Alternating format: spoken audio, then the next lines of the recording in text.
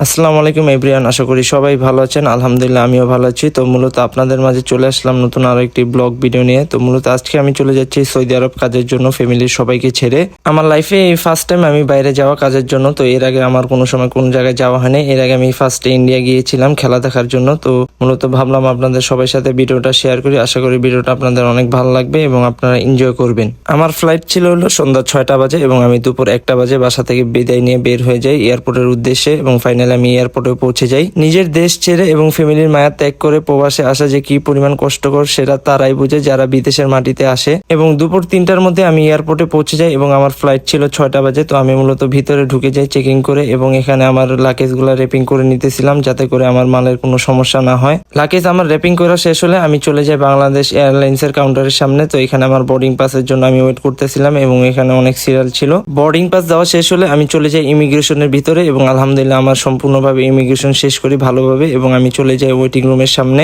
মূলত আমি যাব সৌদি আরবের মদিনায় এবং আমাদের ডাইরেক্ট ফ্লাইট ছিল, কোনো ট্রানজিট ছিল না এবং আমি হাঁটতে হাঁটতে চলে যাই ওয়েটিং রুমের সামনে।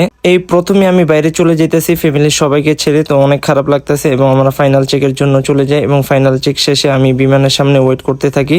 আর আজকে আমি ফ্লাই করবো বাংলাদেশ এয়ারলাইন্সের মাধ্যমে। তো এটা একটা বাংলাদেশি কোম্পানি এবং আমার Dhaka to Medina direct flight ছিল এবং কোনো ট্রানজিট ছিল না এবং এখানে আমি বিমান দেখতেছিলাম অনেকগুলো। তো সামনাসামনি অনেকগুলো বিমান দেখে অনেক ভালো লাগতেছিল, লাইফে ফার্স্ট টাইম এত সামনে থেকে বিমান দেখা। এবং মাঝে মাঝে অনেক খারাপ লাগতেছিল ফ্যামিলির সবাইকে ছেড়ে চলে যেতেছি দূর প্রবাসে। তো ফাইনালি আমাদেরকে বিমানে ওঠার জন্য বলে এবং আমরা বিমানে ওঠার জন্য রওনা দিয়ে দিই। এখানে আমার সাথে অনেক মানুষ যেতেছিল, অনেকে হজ করার জন্য যেতেছিল সৌদি আরব এবং আমিও বিমানের ভিতরে ঢুকে যাই এবং ফাইনালি আমার সিটে এসে বসে পড়ি। আর বাংলাদেশ এয়ারলাইন্সের সার্ভিস কিরকম এটা দেখতে হলে আপনাদেরকে ফুল ভিডিওটা দেখতে হবে। আশা করি আপনারা না টেনে ফুল ভিডিওটা দেখবেন। বিমানে আমার সিট নাম্বার ছিল 29A। এক্ষেত্রে আমার উইন্ডো সিট ছিল না, উইন্ডো সিটের পাশের সিট ছিল আমার। আপনাদের যদি উইন্ডো সিটের প্রয়োজন হয় তাহলে অবশ্যই এয়ারলাইন্সের সাথে আগে যোগাযোগ করতে হবে, তাহলে ওনারা আপনাদেরকে চেষ্টা করবে উইন্ডো সিট দেওয়ার জন্য। আর এই কাজটা আপনাকে অবশ্যই বুকিং এর সময় করতে হবে, তাহলে ওনারা চেষ্টা করবে আপনাকে উইন্ডো সিট দেওয়ার জন্য। বিমানে ওঠার পর যদি আপনার বোরিং লাগে তাহলে আপনি এখান থেকে গেমস খেলতে পারবেন, মুভি দেখতে পারবেন, গান দেখতে পারবেন এবং কোরআন তেলাওয়াত শুনতে পারবেন। এবং আপনি চাইলেও আপনার ফ্লাইটের গন্তব্য কত দূর, আপনার বিমানের উচ্চতা কত উপরে এবং আপনার কতক্ষণ গন্তব্যে পৌঁছাতে সময় লাগবে এগুলো আপনি দেখতে পারবেন। ফাইনালি 6টার দিকে আমাদের বিমানটা রানওয়ের দিকে যাচ্ছিল টেক অফ করার জন্য। এর আগে আমাদেরকে কিছু সতর্কবাণী দেখানো হয়। আমি আমার সিট বেল্টটা বেঁধে ফেলি এবং ফাইনালি আমাদের বিমানটা আকাশে উড়াল দেয় এবং আকাশের ওয়েদারটা দূর থেকে এত পরিমাণ চমৎকার লাগতেছিল এবং আমার অনেক খারাপ লাগতেছিল। নিজের দেশ এবং ফ্যামিলি ছেড়ে অনেক দূরে চলে যেতেছি, জানি না কবে আবার তাদের সাথে দেখা হয়।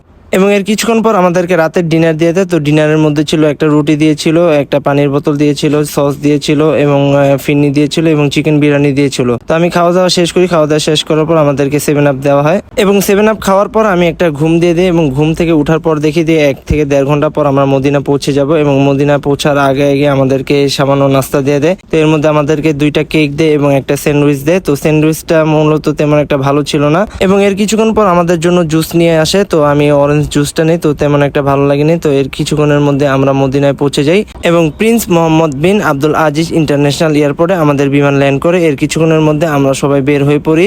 বিমান থেকে বের হওয়ার পরে আমরা ইমিগ্রেশনের উদ্দেশ্যে রওনা দিয়ে দিই। তো এখানে নতুন জায়গা, তো নতুন অভিজ্ঞতা, তো আমার থেকে সবকিছু অন্যরকম লাগতেছিল এবং জায়গাগুলো অনেক সুন্দর ছিল।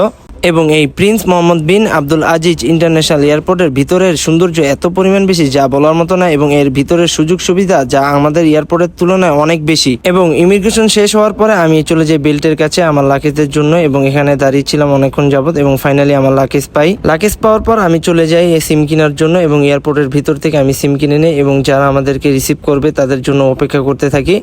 এর কিছুক্ষণ পর ওনারা আমাদেরকে রিসিভ করে এবং আমরা গাড়ি নিয়ে বাসার উদ্দেশ্যে রওনা দিই এবং যেতেছিলাম আর রাস্তার পাশে বড় বড় পাহাড় দেখতেছিলাম এবং ফাইনালি আমরা উহুদ পাহাড়ও দেখতে পাই। তো আমার থেকে এত পরিমাণ ভালো লাগতেছিল এবং আল্লাহ তাআলার কাছে হাজারো লাখো কোটি শুকরিয়া যে আল্লাহ তাআলা আমাকে উহুদ পাহাড় দেখার সৌভাগ্য দিয়েছে নিজের চোখে এবং এর জন্য আমি অনেক আনন্দিত যা বলার মতো না। তো এই ছিল ঢাকা থেকে মদিনা আসার ভিডিও। আশা করি ভিডিওটা আপনাদের ভালো লাগলো। ভিডিওটা ভালো লাগলে অবশ্যই লাইক, কমেন্ট এবং শেয়ার করে দেবেন। আসসালামু আলাইকুম।